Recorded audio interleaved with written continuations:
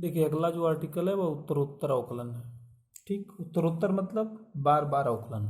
उत्तर plus उत्तर, उत्तर उत्तर, किसी भी फलन का बार बार अवकलन किया जाए तो उस अवकलन को हम उत्तरोत्तर अवकलन कहते हैं। जैसे उदाहरण के लिए y। ठीक, y का एक बार अवकलन किया जाता है तो हम इसे लिखते हैं dy by d x. Y का एक बार अवकलन करते हैं तो dy बाई डी एक्स लिखते हैं, या इसी को हम y1 लिखते हैं। y1 लिख दिया गया मतलब y का x के सापेक्ष एक बार अवकलन। अगर y का दो बार अवकलन करना हो तो हम इसे लिखते हैं d square y upon d x square या d two y upon d x two, या इसी को हम लिखते हैं y2। मतलब y का अब y का एक बार आपने अवकलन किया dy बाई डी एक्स, फिर इस dy बाई डी एक्स का पुनः अवकलन करेंगे तो इसे लिखेंगे d square y upon d x square. y का एक बार अवकलन करना हो तो y1 लिखा जाता है, फिर दूसरी बार अवकलन करते हैं तो y2 लिख देते हैं। तीन बार अवकलन करेंगे तो तीसरी बार तो D three Y upon d x cube लिख देंगे या y3 लिख देंगे। इसी तरीके से अगर n बार अवकलन करना हो तो D N Y upon d x power n, या इसी को हम क्या लिख देते हैं yn। तो ये उत्तरोत्तर अवकलन होता है। जैसे f(x) कोई फलन हो और कहा जाए f(x) का x के सापेक्ष एक बार अवकलन करिए तो हम इसे f डैश x लिखते हैं। इसे d अपान डी एक्स f(x) लिखा जाता है और d अपान डी एक्स f(x) को हम प्रदर्शित करते हैं f डैश x से। अगर इसी f(x) का फिर एक बार और अवकलन करना हो तो f डबल डैश x लिख देते हैं। तीन बार अवकलन करना है तो f ट्रिपल डैश x कर देते हैं, और n बार अवकलन करना है तो f n x कर देते हैं। मतलब इस फलन का x के सापेक्ष n बार अवकलन। तो अवकलन उत्तरोत्तर अवकलन है। जैसे उदाहरण के लिए y इक्वल टू आपको दे दिया गया e पावर 3x, इससे आप D square y upon d x square ज्ञात करिए। उदाहरण के लिए हम समझते हैं, देखिए y आपको दे दिया गया और D square y upon d x square आपसे पूछा जा रहा है, तो आप क्या करेंगे, पहले x के सापेक्ष एक बार अवकलन करेंगे तो ये हो जाएगा d y by d x बराबर d upon d x e power 3x। ठीक, d y by d x equal to e power 3x का अवकलन ई पावर 3x, फिर ई का आपने कर दिया तो 3x का करेंगे 3x का 3, फिर x के सापेक्ष एक बार और अवकलन, दो बार करना है तो d upon d x d y by d x, एक बार और अवकलन करेंगे x के सापेक्ष तो d upon d x d y by d x बराबर d upon d x 3 power 3x। इसे लिखेंगे d square y upon d x square. D square y upon d x square लिखा जाता है, डी स्क्वायर एक्स स्क्वायर नहीं लिखा जाता। Equal to हो जाता है 3 इंटू थ्री ई पावर 3x या 9 इंटू ई पावर 3x। ये x के सापेक्ष दो बार अवकलन है। अब हम आएंगे प्रश्नावली में। देखिए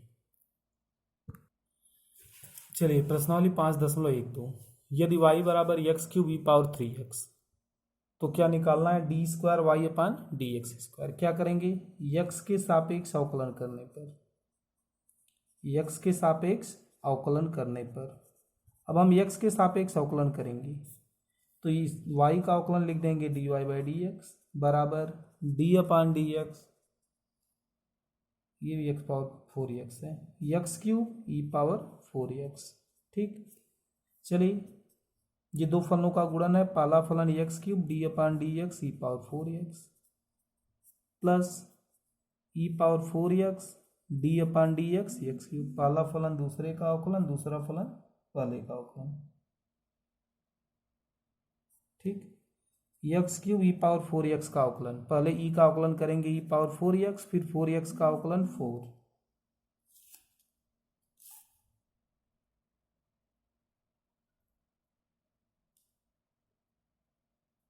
ठीक, प्लस ई power 4x D upon d x x cube का अवकलन 3x स्क्वायर।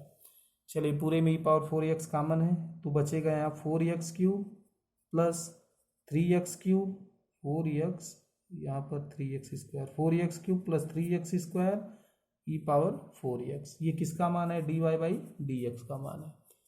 आपको निकालना है d square y upon d x square, पुनः x के सापेक्ष अवकलन करने पर, पुनः x के सापेक्ष अवकलन करने पर, x के सापेक्ष अवकलन करेंगे तो लिखेंगे क्या, डी अपान डी एक्स, ये हो जाएगा d upon d x d y by d x बराबर d upon d x 4x cube plus 3x square into e power 4x। ये भी दो फलनों का गुणन है, ध्यान दीजिए।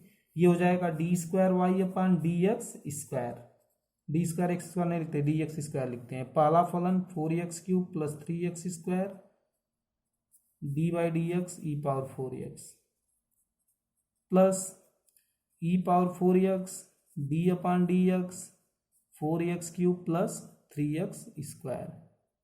ठीक, अब क्या होगा, ये हो गया 4x³ plus 3x², D upon d x e power 4x, यही ना, इसका अवकलन 4 ई पावर 4x प्लस ई पावर 4x, आगे अवकलन करेंगे, देखिए घात आगे आ जाता है 12x² प्लस घात आगे आ जाएगा और एक कम हो जाएगा, 3 दूना 6x, ई पावर 4x पूरे में कॉमन है, बचेगा क्या, 4 चौके 16x³ प्लस 4 तिहाई 12x² plus 12x² plus 6x। चलिए ये हो गया 16x³ plus 24x² plus 6x ई घाते 4x।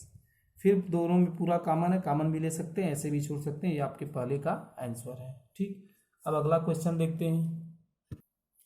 देखिए अगला क्वेश्चन है x equal to a cos cube t y equal to b sine cube t, तो d² y अपान dx² निकालना है। ठीक, अब आप देखेंगे x t का फलन है और y भी t का फलन है, dy बाई dx पहले निकालेंगे तब d² y अपान dx² आएगा। तो सबसे पहले क्या करेंगे, समीकरण 1 का t के सापेक्ष अवकलन करेंगे तो dx अपान dt आ जाएगा, समीकरण 2 का t के सापेक्ष अवकलन करेंगे तो dy अपान dt आ जाएगा, और dy अपान dt में dx अपान dt से भाग देंगे तो dy बाई dx आ जाएगा। तो पहले dy बाई dx आ जाएगा, उसके बाद d² y अपान dx² निकालेंगे। तो समीकरण 1 का t के सापेक्ष अवकलन करने पर, समीकरण 1 का t के सापेक्ष अवकलन करने पर क्या हो जाएगा, dx upon dt is equal to a, d upon dt लिख सकते हैं cos t का होल क्यूब। ठीक, dx upon dt is equal to a 3 घात आगे, पहले घात का अवकलन करेंगे स्क्वायर, फिर d upon dt cos t, ये होगा ना। देखिए dx upon dt is equal to 3a cos² t, cos t का अवकलन माइनस साइन t, आगे लिख दीजिए समीकरण 3।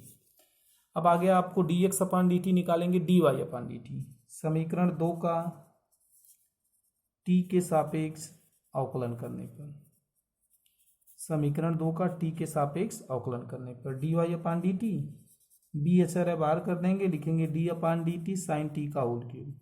देखिए पहले घात का अवकलन करते हैं, b 3 घात का अवकलन करें, घात आगे आ जाएगा, घात में से एक कम हो जाएगा, फिर लिखेंगे d upon dt sine t, साइन t का अवकलन क्या होता है cos t, 3b sin² t cos t, ये किसका अवकलन है dy बाई dt। अब आपको d² y अपान dx² निकालना है, तो पहले dy बाई dx निकालेंगे, समीकरण 4 में समीकरण 3 से भाग देने पर,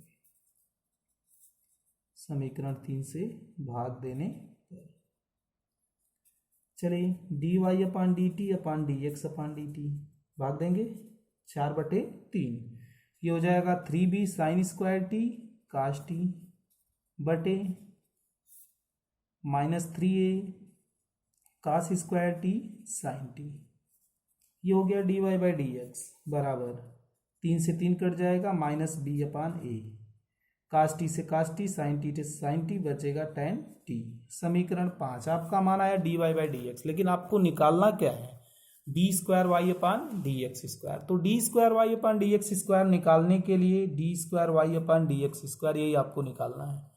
तो इसको निकालने के लिए सबसे पहले हम इस तरीके से लिख सकते हैं d upon dx dy by dx लिखा जा सकता है। अब अगर इस तरीके का है जैसे एक्स टी का फलन वाई टी का फलन, एक्स और वाई तीसरे थीटा के फलन हो, तो इस d² y अपान dx² को इसी तरीके से निकालते हैं। अब आपको पता है चूंकि t का फलन है इसलिए अवकलन हम t के सापेक्ष करते हैं, तो यहाँ dt से गुणा कर देते हैं, भाग दे देते, नीचे dt कर देते हैं और इधर लिख देते हैं dt अपान dx।